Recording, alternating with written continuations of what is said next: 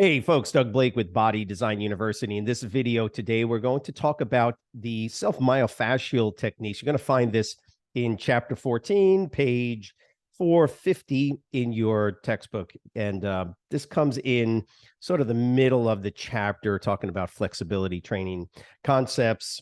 After the SMT or the self-myofascial techniques area, you're going to then move into the static flexibility. But the reason I wanted to go over this is because I always have students asking me, how do I actually do the technique first?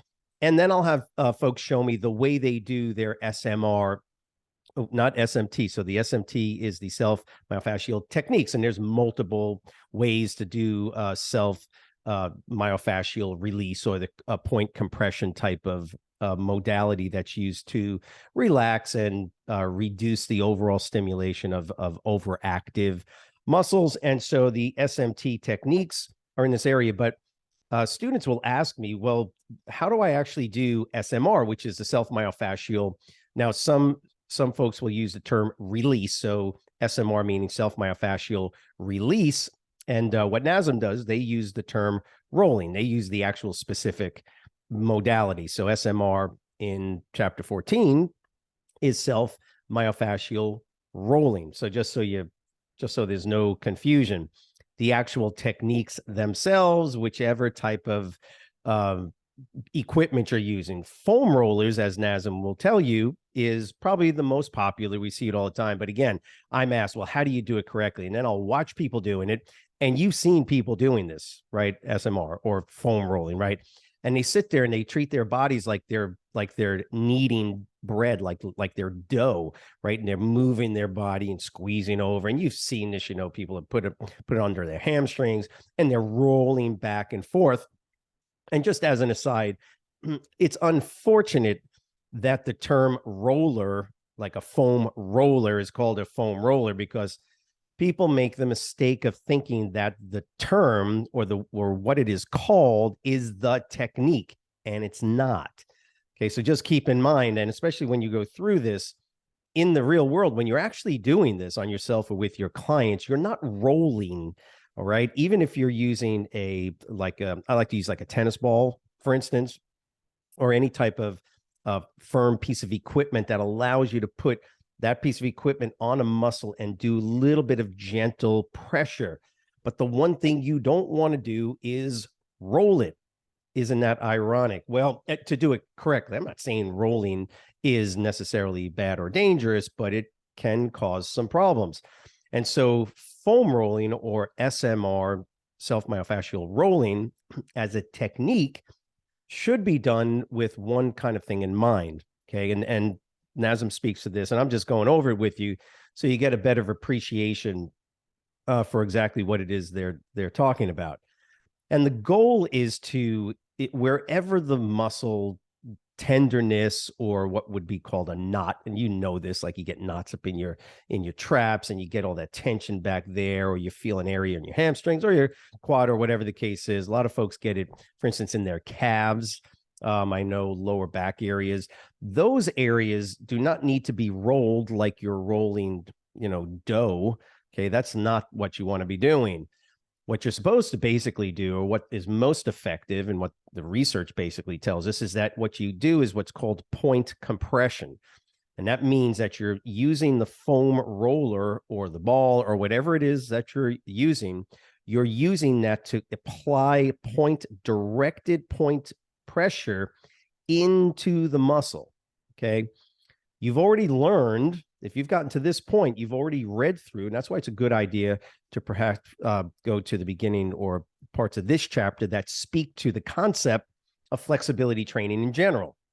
The de-emphasizing muscle spindle fiber activation through the activation of the Golgi tendon organ, right? The mechanoreceptors. And you see these terms. That's why it's important that you got your pad and you're writing this stuff down so you memorize, right? What is the Golgi tendon organ? What is the muscle spindle fiber, right? What is autogenic inhibition?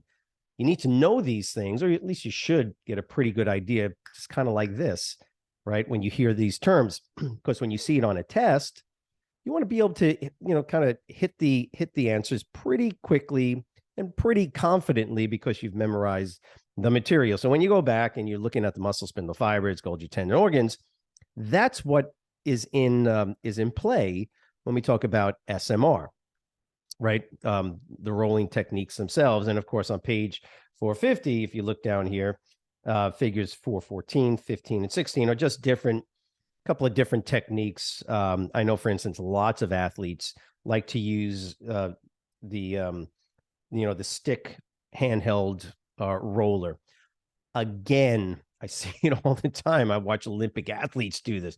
They're sitting there rolling their muscles. It's not that it's necessarily going to hurt them. It's just not necessarily the actual proper technique to get the muscle. Basically, all you're doing in that case is you're just doing massage. Okay, massage in a sense incorporates or can incorporate the same sort of concept of self-myofascial release through point compression. But again, it's this rolling back and forth is more like a massage. What we're talking about here, and the concept here, is to directly target the neuromuscular system. Now, again, as you're going through this one area, NASM will speak to two basic areas with which foam rolling, just as a for instance, is most effective. And that's why I got the book in front of me.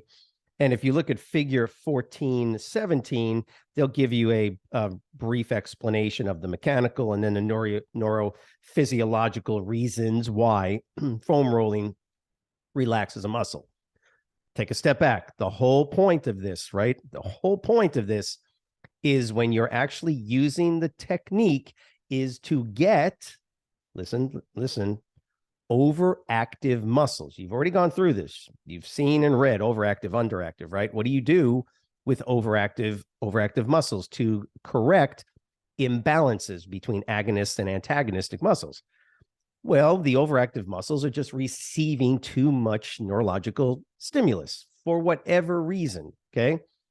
You got to down-regulate the muscle spindle fiber activation. Generally, what you'll see is that it's areas, these small little areas of the muscles. That's why we call them knots, right? You ever get a knot up in that one area?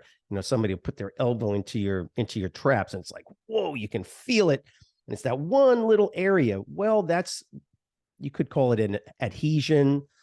That's the terminology that you would probably hear. We call them knots, adhesions. They're simply areas of the muscles where those certain areas of muscle fibers have actually sort of bunched up and haven't relaxed properly.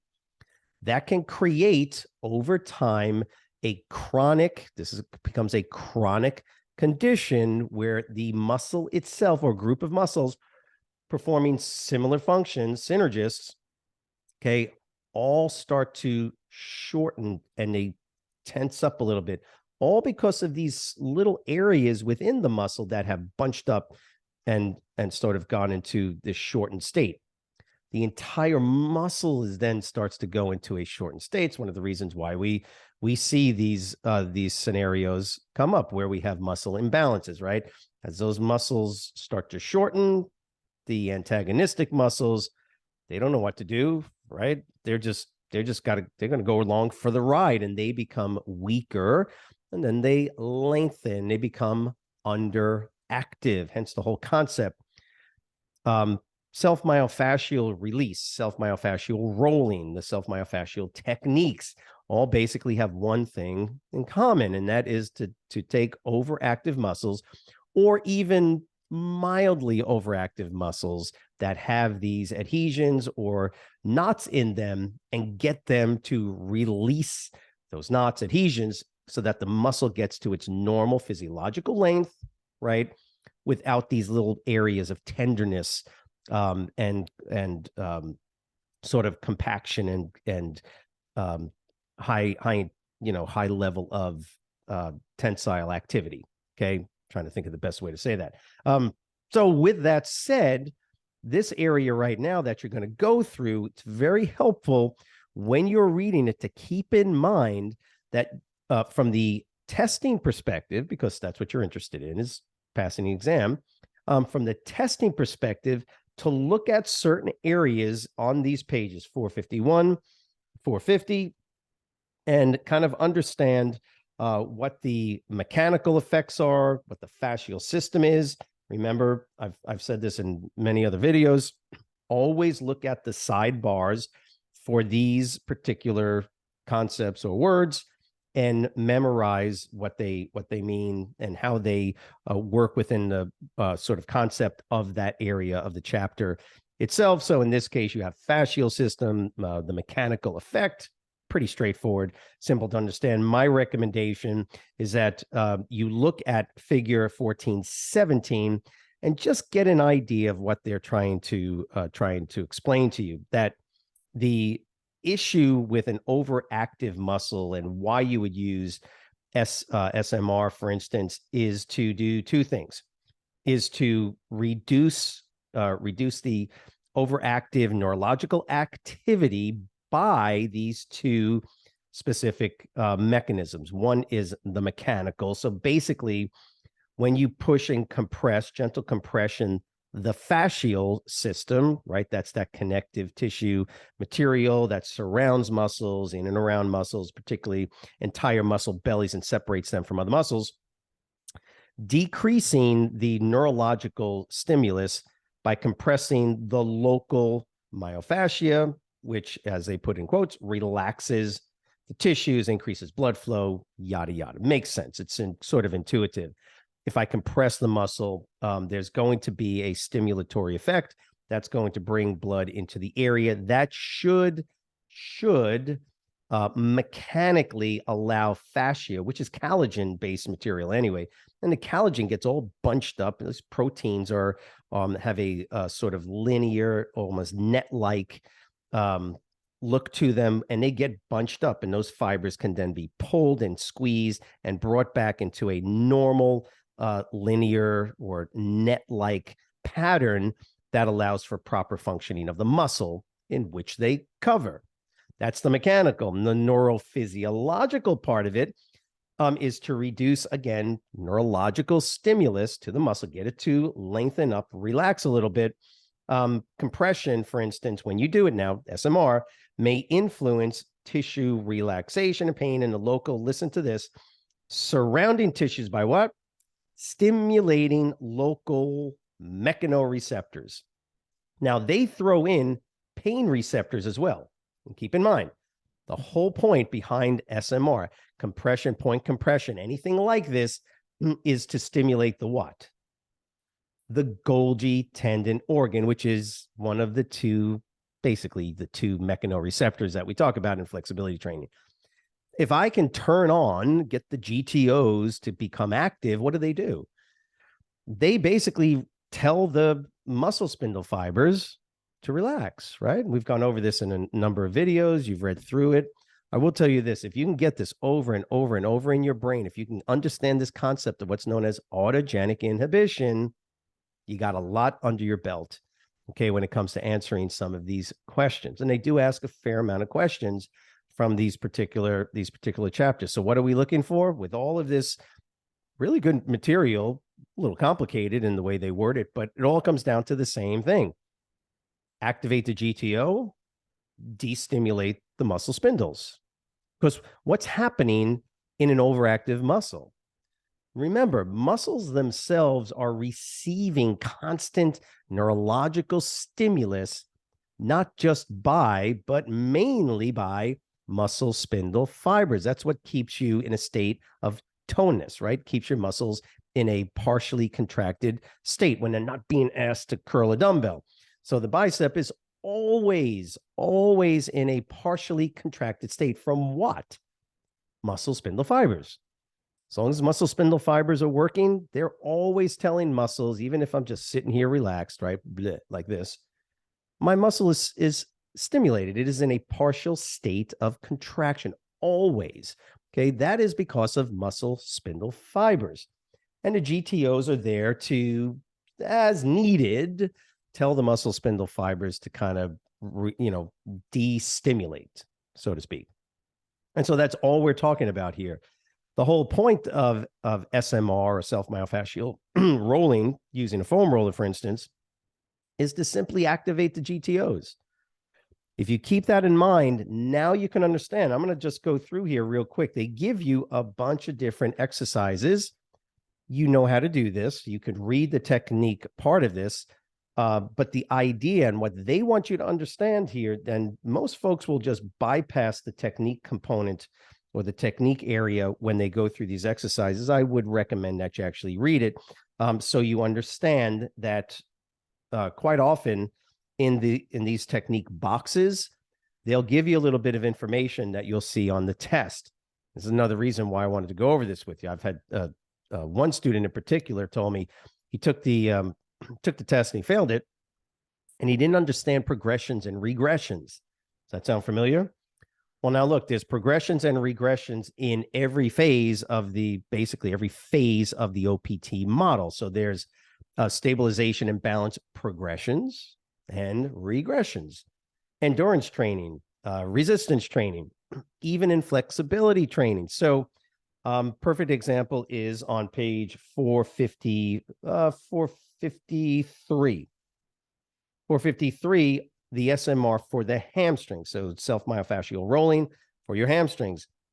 If you read this technique box at the very bottom, look what it says, using a massage ball. So here we're talking about foam rollers, right, which are really very good, but foam rollers are large. And so when we do SMR, self-myofascial release type of modalities, we would prefer to target, to point and get that area right where that little adhesion or that knot is.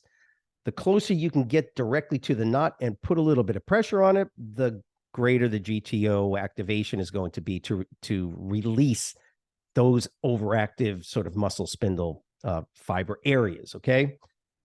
So using a massage ball instead of a foam roller, see what it says. If you didn't read this, you wouldn't know.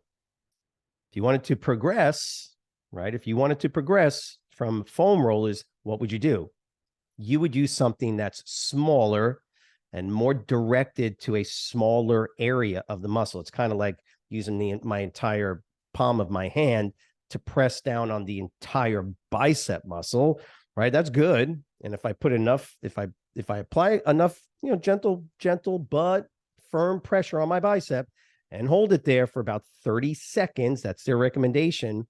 If I do that, I will get GTO activation, which then destimulates or shuts down the muscle. I say shut down, it doesn't shut down fully, but it will decrease the muscle spindle fiber stimulation, which then relaxes the muscle, right? However, what if I did it with just 2 fingers right here? Okay, that's significantly different because I can apply more direct or pointed pressure into the muscle. And that's going to cause GTO activation, right? It's going to be actually maybe less than 30 seconds. They recommend 30 seconds, but trust me, you can do it for less than 30 seconds with directed point compression and pressure. You can get the muscle to relax. And in fact, even just as I do this, I can feel the significant difference. But here's the point.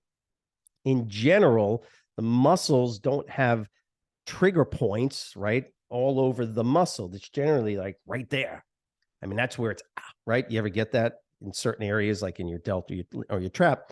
If you can direct and get that more directed pressure on that particular area, that will allow for a more speedy, more directed area of relaxation on those trigger points. And that's because of this high stimulation of muscle spindle fibers in that particular area. And you're actually getting them to relax in a more directed way. That's why it's a progression to use a massage ball instead of a foam roll is a progression for this exercise and can help pinpoint tender areas. Okay. I hope that makes sense. Now, don't get me wrong.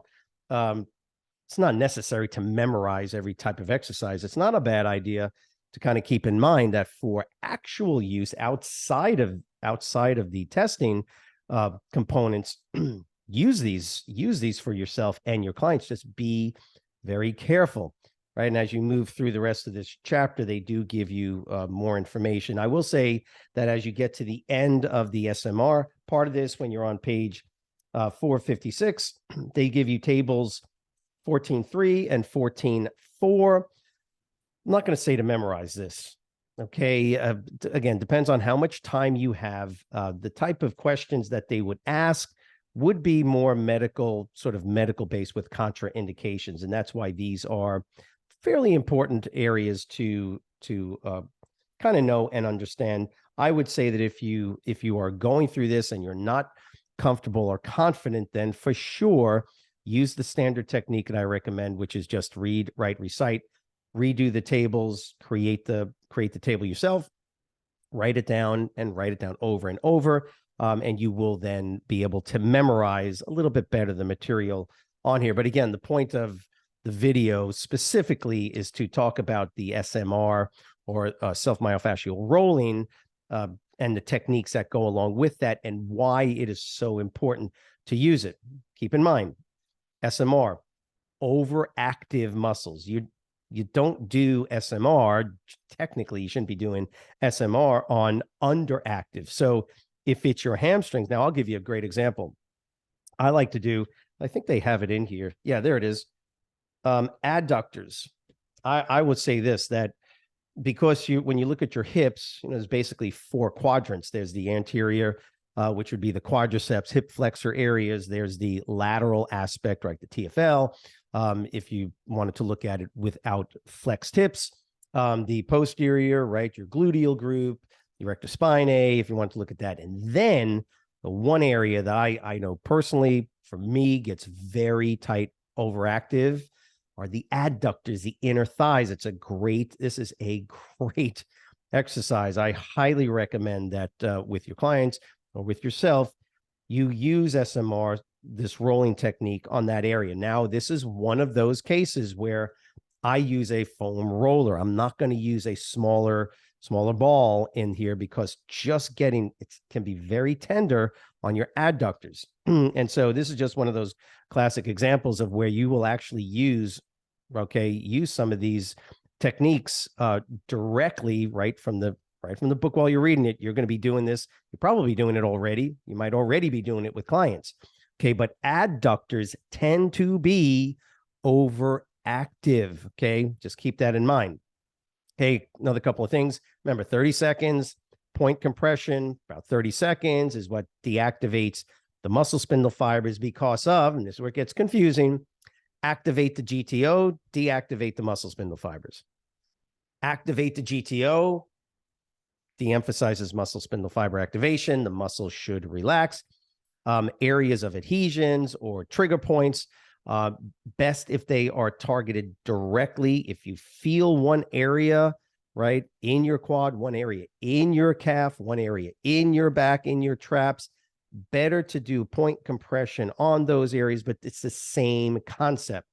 By doing that, you directly hit that one area and you can pinpoint where you want the relaxation to occur. Don't do this on underactive muscles, okay? If your glutes are underactive, and they probably are, don't be doing foam rolling and like kneading dough on it, right? It's generally, I'm not saying it doesn't feel good. Sure, it feels okay. That's not solving the problems that you have with muscle imbalances. In general, it's going to be hip flexors. Those are the guys that are overactive, and those are the ones that need to have the foam rolling done on them.